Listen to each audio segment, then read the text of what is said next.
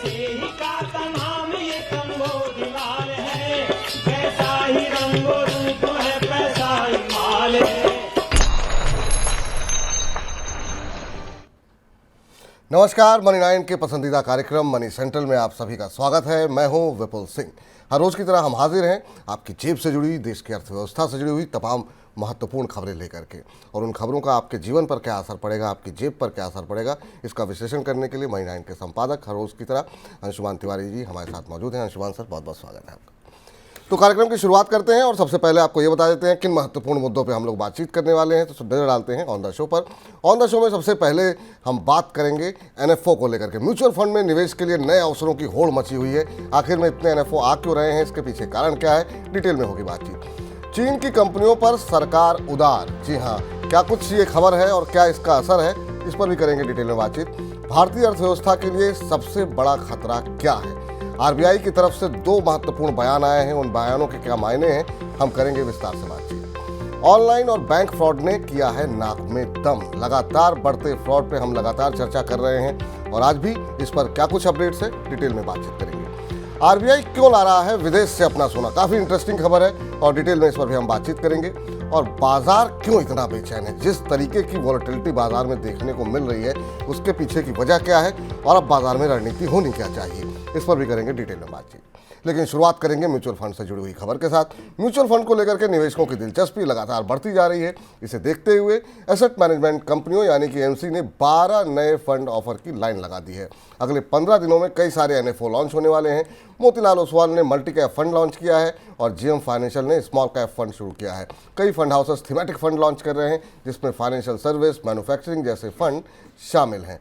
Sir, ये बाढ़ आई हुई है, वजह क्या है और किस तरह के फंड आ रहे हैं? एनएफओज के लिए बेहतर मौका है और म्यूचुअल फंड निवेशकों के लिए भी एक अच्छा नया मौका है कि वो एनएफओज के जरिए शुरुआत कर सकते हैं अपनी, जिन्हें ऐसा लगता है कि बाजार में जो मौजूदा यूनिट्स हैं उनके वैल्यूएशंस हाई हैं। और स्वाभाविक सी बात है कि जो पुराने फंड्स चल रहे हैं उनमें इस समय एंट्री करने पर आपको वो एडवांटेज नहीं मिलता जो एडवांटेज एक नए फंड्स में मिलता है। तो इस बार इधर कई कंपनियों ने, अब कई सारे एमसीज ने अपने म्यूचुअल फंड लॉन्च किए हैं, एनएफओ लॉन्च किए हैं। इसमें कई दिलचस्प तरीके के ऑफर हैं। हालांकि सारे कैटेगरी में दिखाई देते, हमें फ्लेक्सी कैप में भी दिखाई दे रहा है, कुछ आंकड़े हमें बता रहे हैं, रियलिटी में भी दिख रहा है। लेकिन सबसे ज़्यादा जो फंड्स आए हैं विपुल जी, वो थीमेटिक फंड हैं। और थीमेटिक फंड्स को लेकर अब भारत के एएमसीज काफ़ी प्रयोगवादी हो रहे हैं, काफ़ी एक्सपेरिमेंटल हो रहे हैं। इसकी बड़ी वजह यह है कि जो पुराना वर्गीकरण है म्यूचुअल फंड स्कीमों का जो कैपिटलाइजेशन के आधार पर है, large cap, mid cap, small cap fund या फ्लेक्सी कैप फंड, इनके आधार पर है। इससे और ज़्यादा रिफाइंड ढंग से, बेहतर ढंग से फोकस इन्वेस्टमेंट के विकल्प देने के लिए म्यूचुअल फंड कंपनियों ने कई सारे अलग अलग जगह से ऑटोमोटिव को, एनर्जी को टारगेट करते हुए फंड बनाए हैं, इनोवेशंस को टारगेट करते हुए फंड बनाए। और इधर आपको पता होगा कि एनएसई ने भी कुछ स्पेशल इंडाइसेस बनाए हैं, कुछ इंडेक्स बनाए हैं जो खास किस्म की कंपनियों को टारगेट करते हैं। तो अगर आप निवेशक हैं और आप म्यूचुअल फंड में निवेश करना चाहते हैं और आप थोड़ा सा इससे पहले निवेश कर चुके हैं, तो आप अपनी रणनीति में बदलाव करके उन सेक्टर्स पे स्पेसिफिक फंड्स को चुन सकते हैं जिनमें अच्छी ग्रोथ की संभावना है। और ये हमने देखा क्योंकि बाजार की भी थीम बदली थी। पीएसयू शेयर चल रहे थे, रक्षा शेयर चल रहे थे, तो उस तरीके के फंड भी अब आपके साथ अवेलेबल होंगे। तो ये जो है आपके लिए एक मौका यहाँ पर बनता हुआ दिखाई दे रहा है।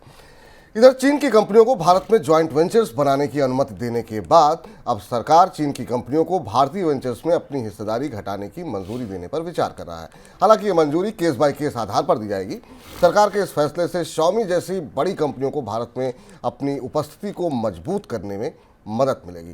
सर, क्या गवर्नमेंट जो है वो अब चीन की कंपनियों के प्रति उदार हो रही है? चीन की कंपनियों के लिए धीमे धीमे दरवाजे खोलने की कोशिश की जा रही है। हालांकि कूटनीतिक मंचों पर भारत का रुख चीन को लेकर हॉकिश है, आक्रामक है, लेकिन कारोबारी परिस्थितियों में भारत को चीन की ज़रूरत लग रही है। व्यापार है और भारत और चीन का व्यापार घाटा काफ़ी ज़्यादा है, चीन से आयात भी बढ़ा है।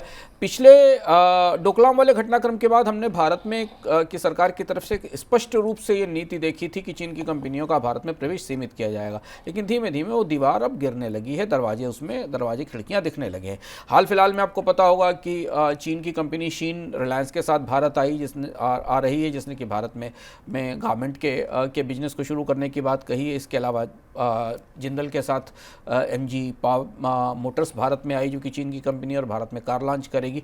इससे ही ये संकेत मिले थे कि चीन की कंपनियों को लेकर अब भारत सरकार कुछ उदार हो रही है। ये अब अगले चरण के तौर पर वो कंपनियां जो जॉइंट वेंचर में भारत में काम कर रही हैं और जो चीन की कंपनियां हैं, उन्हें इस बात के लिए प्रेरित किया जाएगा कि वो अपनी स्टेक्स को, अपनी हिस्सेदारी को डाइल्यूट करें, यानी भारतीय बाजार में उसे बेचें, जिससे कि भारतीय निवेशकों को उनमें निवेश का मौका मिल सके।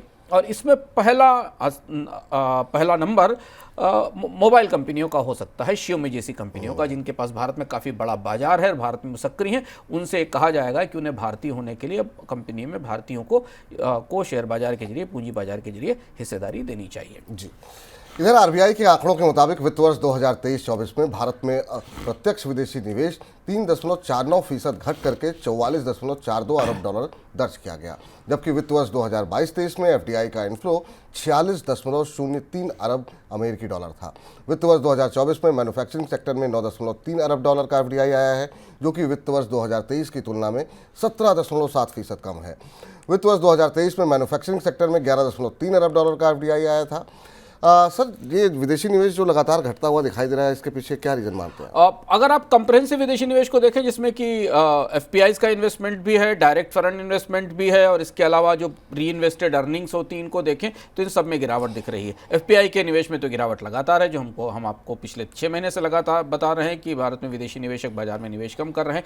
जो फॉरेन डायरेक्ट इन्वेस्टमेंट है, जो प्रोजेक्ट्स में आता है, उसमें पिछले 1 साल के दौरान कमी आई है, क्योंकि अब ग्रीनफील्ड प्रोजेक्ट्स में भारत में बड़े निवेश नहीं हुए हैं। पहला चरण ग्रीनफील्ड प्रोजेक्ट में निवेश का था, जो आज से करीब 1 दशक पहले का था।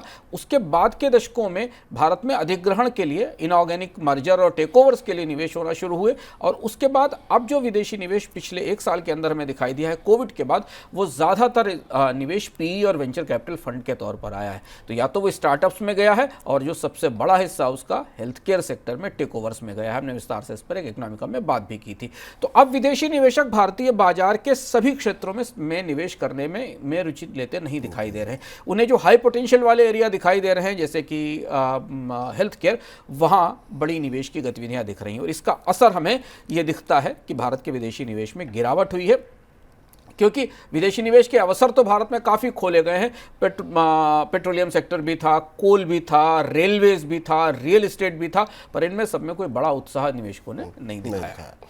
इधर सरकारी बॉन्ड बायबैक में कमजोर भागीदारी बनी हुई है। पिछले कुछ हफ्तों से देखे जा रहे ट्रेंड के मुताबिक आरबीआई ने सरकार की तरफ से उन बोलियों को मंजूरी दी है जो केंद्र से तय नीलामी बायबैक के लिए पेश किए गए बॉन्ड की कुल रकम का सिर्फ एक हिस्सा थी।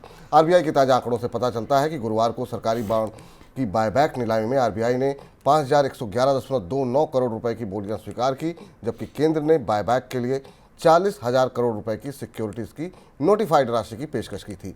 नीलामी में बैंकों ने 10,979 करोड़ रुपए की बोलियां पेश की हैं। सर, आखिर में बॉन्ड बाजार को समर्थन मिल क्यों नहीं रहा है? बॉन्ड बाजार सरकार के बॉन्ड्स को वापस बेचने को तैयार नहीं है, और 4 ऑक्शंस हो चुके हैं। 40,000 करोड़ रुपए के बाद सरकार ने एक और, आरबीआई ने एक और ऑक्शन किया था। 40,000 करोड़ के बदले 5,111 करोड़ रुपए ही जुट पाए हैं, यानी उतने ही बॉन्ड बैंकों ने वापस बेचे हैं। 9 मई, 16 मई, 21 मई और हाल में 30 मई को 4 अलग अलग ऑक्शंस किए गए, जहां सरकार अपना कर्ज समय से पहले चुका देना चाहती थी और अपने बॉन्ड्स वापस लेना चाहती थी, बैंकों को वापस देना चाहती थी। ऐसा नहीं हुआ। आरबीआई इस मामले में चुनौती महसूस कर रहा है, क्योंकि बैंक आने वाले समय में बेहतर ब्याज दर की संभावना देख रहे हैं, और उनको लग रहा है कि इन बॉन्ड्स पर भी बेहतर रिटर्न कायम है, इसलिए वो बायबैक की प्रक्रिया में भाग लेने को तैयार नहीं है। और आरबीआई की इन कोशिशों का अगर असर बहुत अच्छा नहीं हुआ, तो सरकार को या आरबीआई को फिर कुछ नए कदम उठाकर बाजार में लिक्विडिटी पंप करनी पड़ेगी, क्योंकि बाजार में लिक्विडिटी में तरलता की लिक्विडिटी की समस्या है। इधर आरबीआई ने अपनी वार्षिक रिपोर्ट में कहा है कि भारतीय अर्थव्यवस्था को एआई और एमएल टेक्नोलॉजी की तेजी से अपनाने और बार बार आने वाले जलवायु झटकों से उत्पन्न मध्यम अवधि की चुनौतियों से भी निपटना होगा। आरबीआई ने कहा कि इन सब चुनौतियों के बावजूद भारतीय अर्थव्यवस्था व्यापक आर्थिक और वित्तीय स्थिरता के माहौल में अगले दशक में अपने विकास पथ को आगे बढ़ाने के लिए अच्छी तरीके से तैयार है। सर, आरबीआई क्लाइमेट चेंज और आर्टिफिशियल इंटेलिजेंस को सबसे बड़ा खतरा मान रही है? आरबीआई की ये दोनों चिंताएं खासी महत्वपूर्ण है। भारतीय अर्थव्यवस्था को लेकर आमतौर पर जो चिंताएं इससे पहले जाहिर की जाती थी, वो अंतर्राष्ट्रीय स्तर पर मंदी को लेकर, ऊर्जा की कीमतों को लेकर, जियोपॉलिटिकल सिचुएशन, युद्ध जैसी परिस्थितियों को लेकर जाहिर जाहिर की जाती थी। पर अब भारतीय अर्थव्यवस्था पर दो बड़े खतरे हैं जो रिजर्व बैंक ने अपनी रिपोर्ट में सामने रखे हैं और जिनके लिए हमें भारत में कहीं तैयारी नहीं दिखती। अगर आपको याद हो, हमने इकोनॉमिकम में इन दोनों खतरों पर विस्तार से चर्चा की थी। क्लाइमेट चेंज का बिल कितना होने वाला है, इस पर एक विस्तार से इकोनॉमिकम किया था, उसका लिंक आपको डिस्क्रिप्शन बॉक्स में होगा। और आर्टिफिशियल इंटेलिजेंस के असर भारतीय अर्थव्यवस्था पर कैसे होंगे, इस पर हम लगातार अलग अलग इकोनॉमिकम के संस्करणों में विस्तार से बात कर रहे हैं। आरबीआई का मानना है कि क्लाइमेट चेंज ने भारत की जीडीपी ग्रोथ को प्रभावित किया है और वो आप सामने खुला हुआ देख सकते हैं। पिछले 2-3 साल में भारत में तूफानों, बाढ़ और भूस्खलन की जो चुनौतियां दिखी हैं और चूंकि भारत क्लाइमेट डिजास्टर्स के मामले में दुनिया में सबसे ज़्यादा प्रभावित टॉप 5 देशों में शामिल है, इसलिए भारतीय जीडीपी पर अब सीधा असर क्लाइमेट चेंज का दिख रहा है। जैसे पिछले साल एल नीनो हमने देखा और उसका असर सूखे के तौर पर सामने आया। तो ये महत्वपूर्ण बात है आरबीआई की तरफ से कि भारत की आर्थिक रणनीति में या भारत की आर्थिक नीतियों में क्लाइमेट चेंज के आर्थिक असर से निपटने की रणनीतियों की कमी दिखाई देती है। तो ये तो पहली चीज़ है, पर्यावरण का विनाश या पर्यावरण से उठने वाली चुनौतियां अर्थव्यवस्था पर प्रभावित करेंगी। और दूसरा आर्टिफिशियल इंटेलिजेंस है। अभी आपको याद होगा पिछले ही हफ्ते आईएमएफ की चीफ ने कहा था कि दुनिया में एआई की वजह से जॉब लॉसेस की, अनएम्प्लॉयमेंट की सुनामी आने वाली है। ये बात भी हम लगातार आपको इससे पहले बताते रहे। उस खतरे को अगर उस बयान के संदर्भ में देखा जाए तो आरबीआई इस बात की तरफ इशारा कर रहा है कि भारत में नौकरियों के लिए आर्टिफिशियल इंटेलिजेंस आने वाले समय में बड़ा संकट और बड़ी चुनौती बनने वाला है। हालांकि अब इसका आकलन तैयार किया जा रहा है, लेकिन भारतीय अर्थव्यवस्था में जो कि बेरोजगारी की समस्या से जूझ रही है, 7%, 8% की विकास दर के बाद भी भारत में रिकॉर्ड बेरोजगारी की दर है, उसके लिए आर्टिफिशियल इंटेलिजेंस बड़ी चुनौती है। रिजर्व बैंक ये महसूस कर रहा है कि अगर रोजगारों का बाजार बेहतर नहीं हुआ तो डिमांड को, कंजम्पशन को और मांग को बढ़ावा देने में बाजार में दिक्कत आएगी। चलिए अब रुख करते हैं आज की सबसे बड़ी खबर का।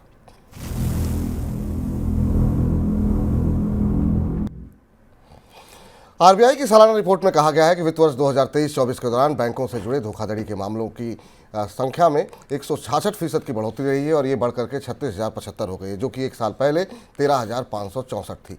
हालांकि वित्त वर्ष 2023-24 में धोखाधड़ी वाली राशि 46.7% घट करके 13,930 करोड़ रुपए रही है। वहीं वित्त वर्ष 2023-24 में जहां पर डिजिटल ट्रांजैक्शन में वृद्धि हुई है, वहीं क्रेडिट कार्ड और ऑनलाइन फ्रॉड्स 5 गुना बढ़ गए। आरबीआई की सालाना रिपोर्ट के आंकड़ों से पता चलता है कि जहां वित्त वर्ष 2022-23 में इस तरह के फ्रॉड्स में लोगों से 277 करोड़ रुपए की ठगी की गई, वित्त वर्ष 2023-24 में ये 425% बढ़ करके 1457 करोड़ रुपए हो गई है। रिपोर्ट में यह भी कहा गया कि पिछले 3 साल में सबसे ज़्यादा साइबर फ्रॉड बैंकों के ग्राहकों के साथ ही हुए हैं।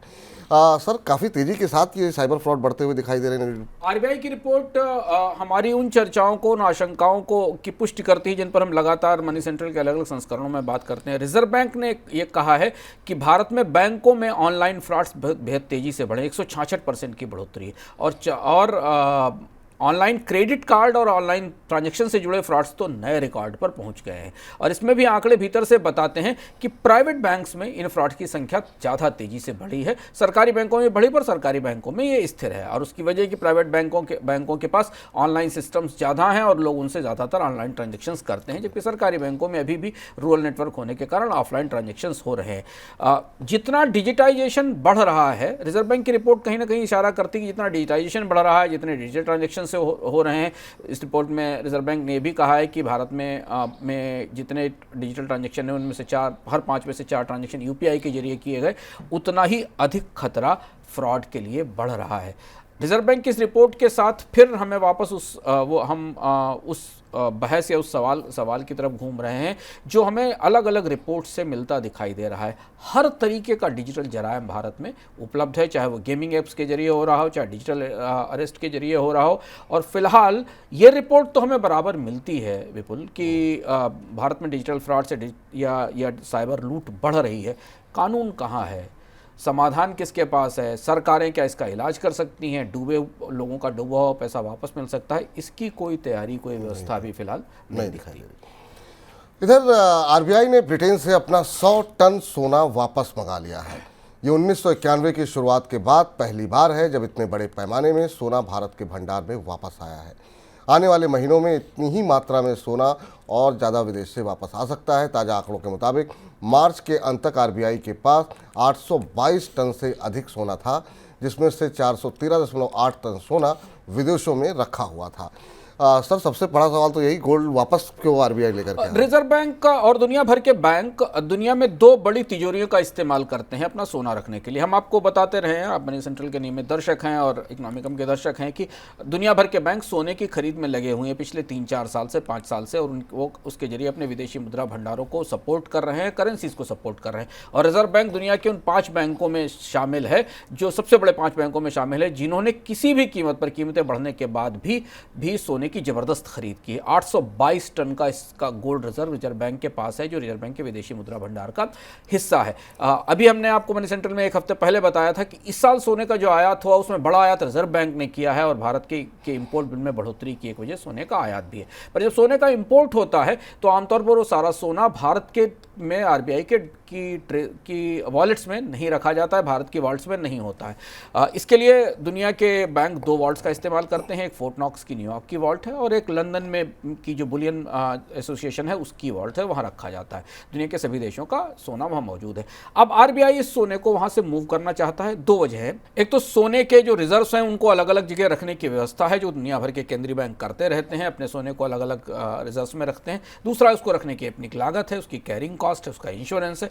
तो रिजर्व बैंक अब उस 100 टन सोने को भारत लाकर भारत की अपनी वॉल्ट्स में सुरक्षित करेगा और स्थापित करेगा। 100 टन काफ़ी बड़ी मात्रा है। इसे एक बार में तो नहीं, अलग अलग किश्तों में पूरे साल के दौरान लाया जाएगा, ऐसा माना जा रहा है, और उसे भारत की वॉल्ट्स में रखा जाएगा। ये इसलिए क्योंकि दुनिया में सबसे बड़े गोल्ड रिजर्व्स वाले जो देश हैं उनमें भारत शामिल हो गया है, और आरबीआई के पास खासा गोल्ड मौजूद है, और उसका मैनेजमेंट करना आरबीआई के लिए ज़रूरी है। अब सर ये भी समझाइए कि आप आरबीआई अपने गोल्ड को मैनेज कैसे करता है?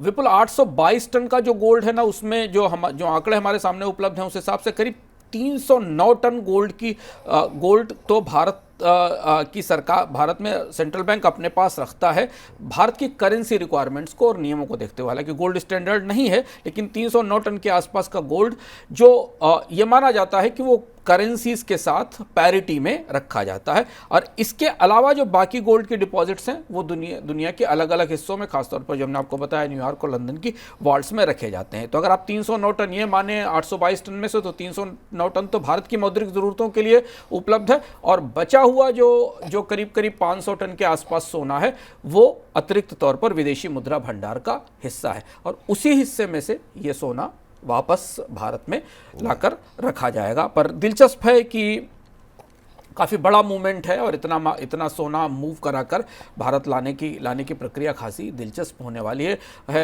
आरबीआई शायद इसे 2-3 किश्तों में इस कार्य को पूरा करेगा। जी, इधर लोकसभा चुनाव के नतीजों से पहले शेयर बाजार में बेचैनी देखने को मिल रही है। ट्रेडर्स ने गुरुवार को निफ्टी वायदा में ज़्यादातर मंदी के दांव को जून सीरीज तक आगे बढ़ाया है। विश्लेषकों का मानना है कि विदेशी फंड मैनेजर्स ने मंदी की स्थिति को जून तक बरकरार रखा है, जबकि घरेलू व्यापारी तेजी पर बने हुए हैं। हालांकि बेंचमार्क इंडेक्स में लगातार वॉलेटिलिटी देखने को मिल रही है, और शुक्रवार के कारोबार के सत्र की बात करें तो काफ़ी ज़्यादा वॉलेटिलिटी देखने को मिली। 22,653 का निफ्टी ने हाई लगाया, 22,465 का इंट्राडे लो रहा, यानी करीब 190 अंक 200 अंकों के आसपास का उतार चढ़ाव देखने को मिला। सुबह जब इंडिया विक्स डाउन था तो लगा कि जो है बाजार में स्थिरता आ रही है, लेकिन उसके बाद काफ़ी तेज़ी के साथ इंडिया विक्स में बढ़ोतरी देखने को मिली। सर ये हो क्या रहा है बाजार के अंदर, कितनी वॉलेटिलिटी जो देखने को मिल रही है? बाजार के उतार चढ़ाव, जोखिम और बेचैनी पर हम लगातार चर्चा कर रहे हैं, पर कुछ अंदर से 2-3 महत्वपूर्ण चीजें हैं जो बाजार के लिए समझना जरूरी है। हालांकि शेयर बाजार में इस सप्ताह के कारोबार का ये आखिरी दिन है। कल एक्सपायरी थी, इसलिए बाजार में आज हमने सुबह शॉर्ट कवरिंग देखी, और ऐसा लगा था कि शॉर्ट कवरिंग के साथ बाजार में थोड़ी बढ़ोतरी दिखेगी, लेकिन फिर भी जैसे ही बाजार बढ़ना शुरू हुआ, बेचने वाले लोग सामने आ गए, क्योंकि उनको बाजार से निकलने के अवसर या विकल्प मिल रहे थे। अब एग्जिट पोल के नतीजे आएंगे शनिवार को, और उसके बाद बाजार पर एग्जिट पोल के नतीजों का असर या एग्जिट पोल की रोशनी में बाजार कैसे काम करेगा, विपुल, ये सोमवार को पता चलेगा, जब सोमवार को एग्जिट पोल के नतीजों को बाजार डाइजेस्ट करके सामने लेकर आएगा। पर जो भीतर से चीजें निकल रही हैं उसमें एक महत्वपूर्ण बात यह है कि जो विदेशी निवेशक हैं उन्होंने अपने शॉर्ट्स पोजीशंस को जून के लिए आगे बढ़ा दिया है, यानी उनकी शॉर्ट पोजीशंस का बिल्डअप बढ़ रहा है, यानी बाजार के गिरने पर वो दांव लगा रहे हैं। और ये एक और महत्वपूर्ण बात है जिसने वॉलेटिलिटी इंडेक्स को या बाजार के उतार चढ़ाव को प्रभावित किया। जैसा आपको विपुल ने बताया कि सुबह विक्स 23.2 पे के आसपास था, लेकिन बाद में शाम को होते होते 24 का आंकड़ा पार करके 25 के करीब पहुंच गया है। तो अब सब कुछ इस बात पर निर्भर है कि पहला चरण पहला चरण एग्जिट पोल के नतीजों का है और उसके बाद मुख्य नतीजों का। तो अगला सप्ताह बाजार के लिए खासा उतार चढ़ाव भरा और बाजार के साहस और धैर्य की परीक्षा लेने वाला होगा। आर पार वाली स्थिति होगी। हाँ, लेकिन बाजार दोनों तरफ से बैलेंस्ड है। कोई भी इस समय इस बाजार में बड़े जोखिम राजनीतिक आधार पर कोई बड़े जोखिम लेने को तैयार नहीं दिखाई दे रहा है। और क्या रणनीति होनी चाहिए, उसके लिए आप लगातार मनी 9 के साथ बने रहिए, क्योंकि जब आएंगे एग्जिट पोल के नतीजे और जब बाकी नतीजे आएंगे तो हमारे साथ हमारे एक्सपर्ट रहेंगे और बताने के लिए आपको कि आपकी शेयर बाजार में अभी क्या रणनीति होनी चाहिए। सर, ये तो बात रही शेयर बाजार की, लेकिन जीडीपी के आंकड़े भी चौथी तिमाही के आने वाले हैं और उस पर भी निगाह रहेगी। लेकिन अब जब हम लोग रिकॉर्ड कर रहे हैं उस समय तक आंकड़े हमारे सामने अभी उपस्थित नहीं हैं, तो अगले जो हमारा एपिसोड होगा उसमें हम डिटेल में चर्चा करेंगे। लेकिन उम्मीदें क्या लग रही हैं?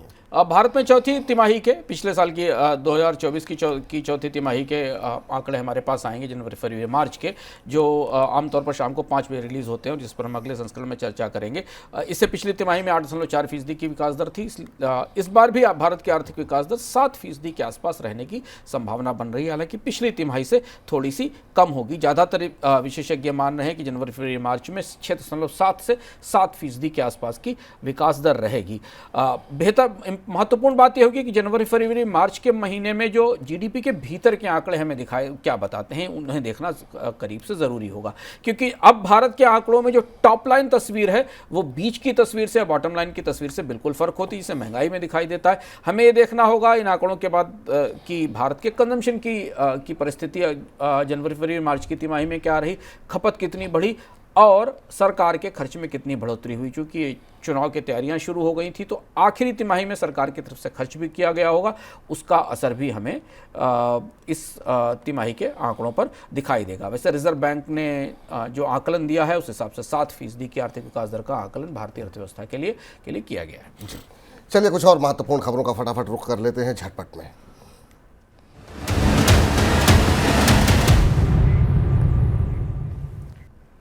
मुकेश अंबानी की अगुवाई वाले रिलायंस समूह की सहायक कंपनी जियो फाइनेंशियल सर्विसेज ने एक नया ऐप जियो फाइनेंस लॉन्च किया है, जो गूगल पे, फोन पे जैसे बड़े फिनटेक ऐप्स को टक्कर देगा। ऐप की इस समय बीटा टेस्टिंग की जा रही है और यूज़र फीडबैक के बाद इसे और बेहतर किया जाएगा। इस ऐप पर UPI payment, bill payment, insurance advisory, digital banking जैसी सेवाएं दी जाएंगी। बाद में होम लोन और लोन अगेंस्ट म्यूचुअल फंड जैसे क्रेडिट प्रोडक्ट भी इस पर दिए जाएंगे।